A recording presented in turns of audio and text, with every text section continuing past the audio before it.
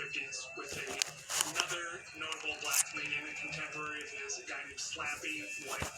They call him the comedy team Fox and White. Fox and White hit the road and get steady bookings on the Chitlin circuit around the country, making them $350 a show. The duo gets a huge break when jazz singer Dinah Washington books them as her opening act. The Mason Theaters would seat like 2,000 people, 3,000 people, so these were big, important gigs. And Dinah Washington was already one of the most important and respected jazz singers of her era. So it was a big break. But when the tour with Dinah Washington is over, Red Fox splits from his comedy partner Slappy White and relocates to Los Angeles to go solo. Los Angeles' segregation laws are stricter than other parts of the U.S. at the time, and Red Fox is prevented from performing in mainstream clubs frequented by white patrons.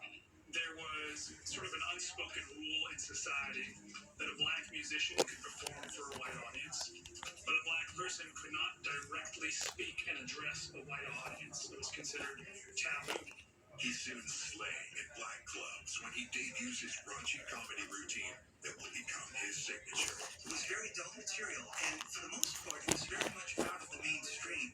It wasn't until years later that comedians like Eddie Murphy and Richard Pryor cited Red Fox as a massive influence in their comedy. His act builds buzz, and Red gets an interesting offer.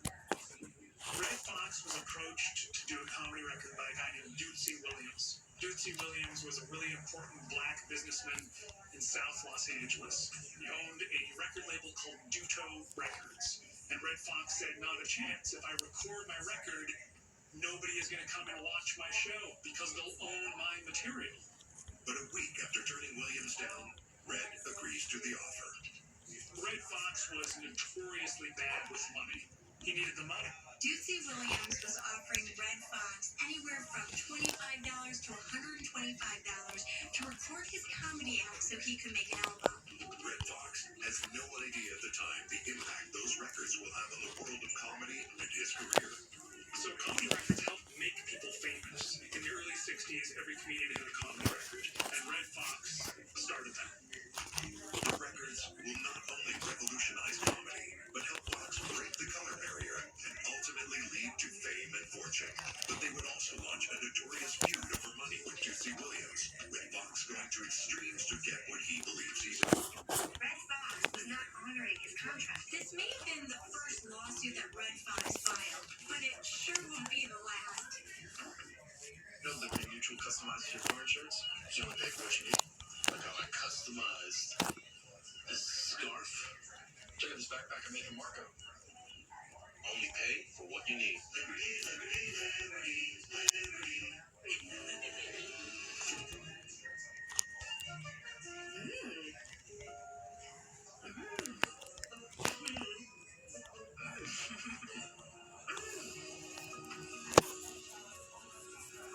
Discover the melting sensation of Lindt Classic Recipe Hot Chocolate. The creamiest milk and finest cocoa, crafted by the Lindt Master Chocolatier. It's beyond words. Classic Recipe by Lindt.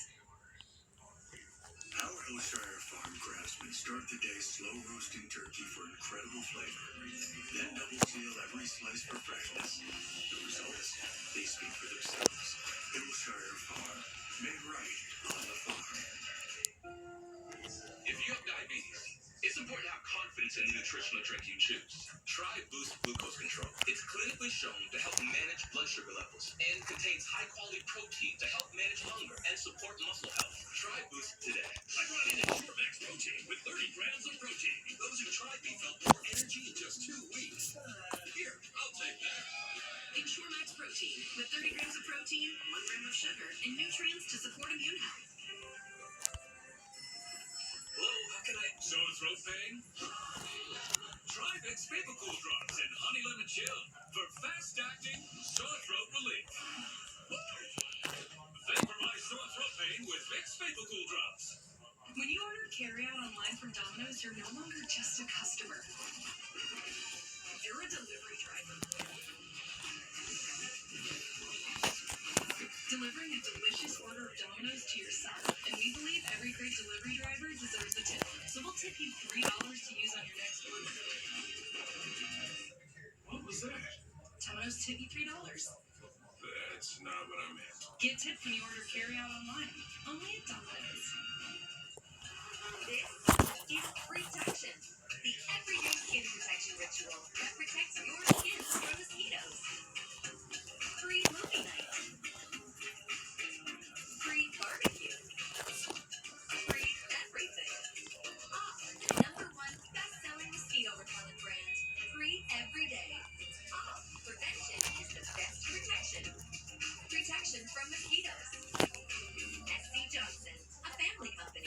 Speed Department 2A, 2B, and 2C. 2A is monitoring his money with a simple text. Like what you see, Abe? Yes. 2B's covered with 0 overdraft fees when he overdraws his account by $50 or less. And 2C? Well, she's not gonna let a lost card get her stressed. Am I right? That's right. That's because these Beavers all have Chase. Alerts that help check, tools that help protect. One bank that puts you in control. Chase, ignore what's yours. Straight Talk Wireless now has the new iPhone 13 with features like cinematic mode, so you can share the most unbelievable moments. Get our $45 silver unlimited plan with 5G. Straight Talk Wireless, available at Walmart. Marina, Escaping Poppet, premieres tonight on Reels. At the time of his death at the age of 68, comedian Brett Fox had done it all. He conquered stand-up. He was a television and movie star, a producer, and an entrepreneur. Red Fox was a powerhouse. He's not often given the credit he's due for the kind of longevity that he had. At the height of his career, Fox was making millions. But by 1991, when he dies of a sudden heart attack, technically he's broke. Estimates initially put his estate at $11 million. But then we find out there's major debt. He actually has negative $3.6 million in his estate.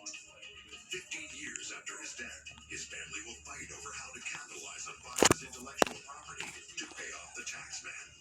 I've represented the estate for almost 20 years. The IRS has been a constant thorn in the side of Red Fox, not only during his lifetime, but even after his death.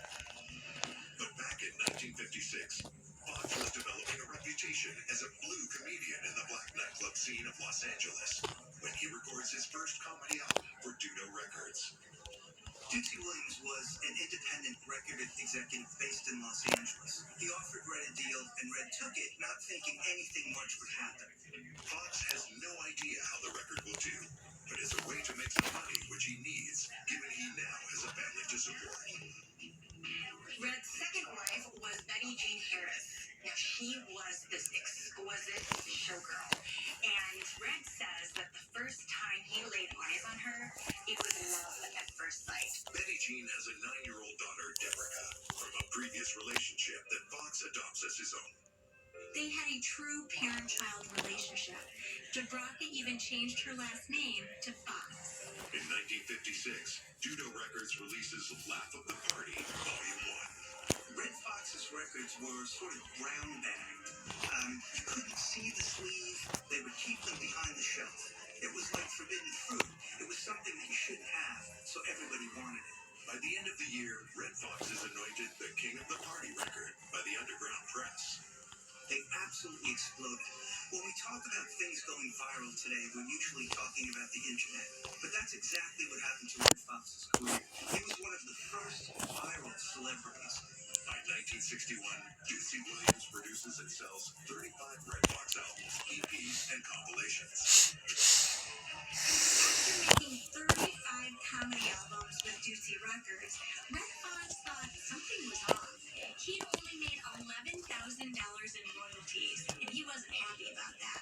So he took Dootsy Williams and his record company to court and sued him for royalties in the amount of $350,000. Dootsy doesn't take this lawsuit sitting down. He says that Red Fox was paid $70,000 in royalties, and he's just doing this to get out of his contract. While the lawsuit was ongoing with Dootsy, Red Fox was not honoring his contract. He still owed years on the contract and performances to Dootsy, but he refused to do that.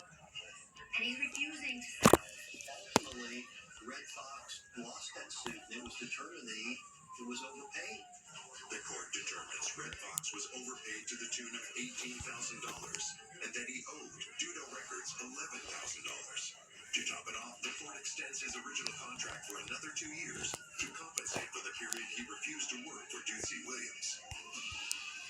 It really established a trend that we'd see for the rest of Red Fox's career. He would go after people thinking that he was owed more money, and a lot of times he would get more money just by going after people. Despite losing the lawsuit, the laugh of the party records have succeeded in raising Red Fox's profile, and soon he's in demand at white clubs. Red Fox was someone who you couldn't help but love. He was just real. He was down to earth. It was one of the things that connected him to the black community. It was one of the things that opened him up to white audiences. In 1964, he performs in Las Vegas for the very first time. Red Fox lands in Las Vegas in 1964. He's playing a local nightclub. He's getting $12.50 a week, which is pretty good money in those days for a nightclub. He then, 2 years later, moves over to the Aladdin Hotel, which had just been built, and they decided to start booking black comedians as headliners, and Red Fox was one of them. By 1967, he's making $4,000 a week to headline the Aladdin. However, white comedians got paid 10 times that amount. Red Fox, the blue comic, is finally making some serious green, and he's clearly reveling in it. He buys a home for his family in the Baldwin Hills section of Los Angeles for $62,500. The house has a swimming pool, outdoor barbecue, and a hammock. In the 1960s, Red Fox is killing as a stand-up comic in the clubs of LA and the Vegas Strip. But mainstream success is still elusive. And for a comic, mainstream means live television. Television was afraid to book him based upon the reputation of his albums and his nightclub act. But in 1965, comedian John Barber and host of a local daytime talk show in LA books Red. Ladies and gentlemen, Red Fox. Barber knows Fox personally and considers him a mentor. He thought you weren't much for black power or anything like that. Green power, baby. Green power. Yeah, it was green power. Fundamental buildings were black power, women and me. There's sort of an infamous appearance where you really get to see him showcase his wit, how fast he was, how incredibly gifted he was at making, everybody laugh. That appearance is helpful in getting Red Fox booked on The Tonight Show with Johnny Carson, but the talent booker still has trepidations. Red Fox was going to be on the Johnny Carson show, the biggest show on nightly television, but everybody was afraid. They didn't know if he'd be saying something inappropriate, dirty. Red Fox went on TV, did a pristine, clean routine, killed, and he was golden. From then on, they started to use Red Fox on TV. In 1967, with his career on the rise, Red Fox is able to realize a personal dream. So Red Fox invested some of the Las Vegas income he was making in buying his own nightclub. There was a great benefit, if you were a comedian, to owning your own club. It means you can headline whenever you want. You're the boss. And when he opens up his Red Fox Club, $40,000 investment in 1967, he thinks it's going to be a total go. The Red Fox Club could house about 150 people, and Fox also has the distinction of becoming the first black business owner in Beverly Hills. He will give many up-and-coming comics like Richard Pryor and Bill Cosby the chance to perform, and the parties at the club will be infamous. Red Fox was known for being the life of the party. Unfortunately, there was a lot of cocaine that flowed at those parties. Even though the club is popular, Fox isn't seeing the money. You didn't notice? People were skimming from the till. Bills weren't being paid. Employees weren't being paid. There was all kinds of problems with the Red Fox. By the end of the 1960s, the entire business went up in flames, literally. It was rumored that somebody left a cigarette on the couch. Maybe. Even with his club dream up in smoke, Red Fox is ready for the next challenge in his career.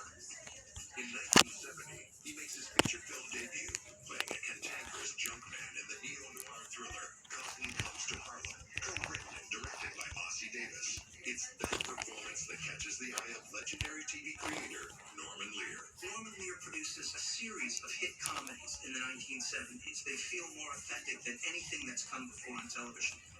In the case of Sanford and Son, which was based on a British TV series called Steptoe and Son, Norman Lear imagined a junk dealer in Watts and his son, and the perfect person to play the lead character of Fred Sanford was Red Fox. Redubbed Sanford and Son, based on Fox's real last name, the sitcom will premiere on January 14th, 1972. It will herald the revolution that was coming to primetime television. American audiences, they've never seen anything like it before on television. It was an overnight sensation. Sanford and Son will make Red Fox a superstar. He was the star of his own hit show. Meanwhile, Carol O'Connor, the star of All in the Family, was getting paid substantially more than Red Fox. To get what he feels is his due, the comic fights for his rights. Red Fox style. You cannot have Sanford and Son without Red Fox. So he said to NBC, you know what? You either give me more money or I'm not working. When they called me up, they were like, what possible excuse have you got for why you did this? And I said, I've made a mistake. Roseanne, kicked out of Hollywood, premieres tonight on Wheels. Here's Candace, who works from home and then works from home. But she can handle pickup, even when her bladder takes a little drop off. Because Candace has poise. Poise under pressure and poise in her pants. It takes poise. The deals at Kohl's right now are beyond epic. Get towels or pillows for $3. Kids jumping beans outfits starting at $5. And women's tees and tank tops starting at just $7. Plus, earn Kohl's cash and get free for pickup. Kohl's.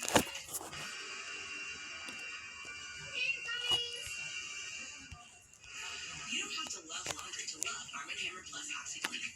It removes microscopic stains and dirt for a deep, hygienic clean. Instead of putting your taste in words, we're putting it in a store. Stitch Fix. We're so you. Sign up to get $20 off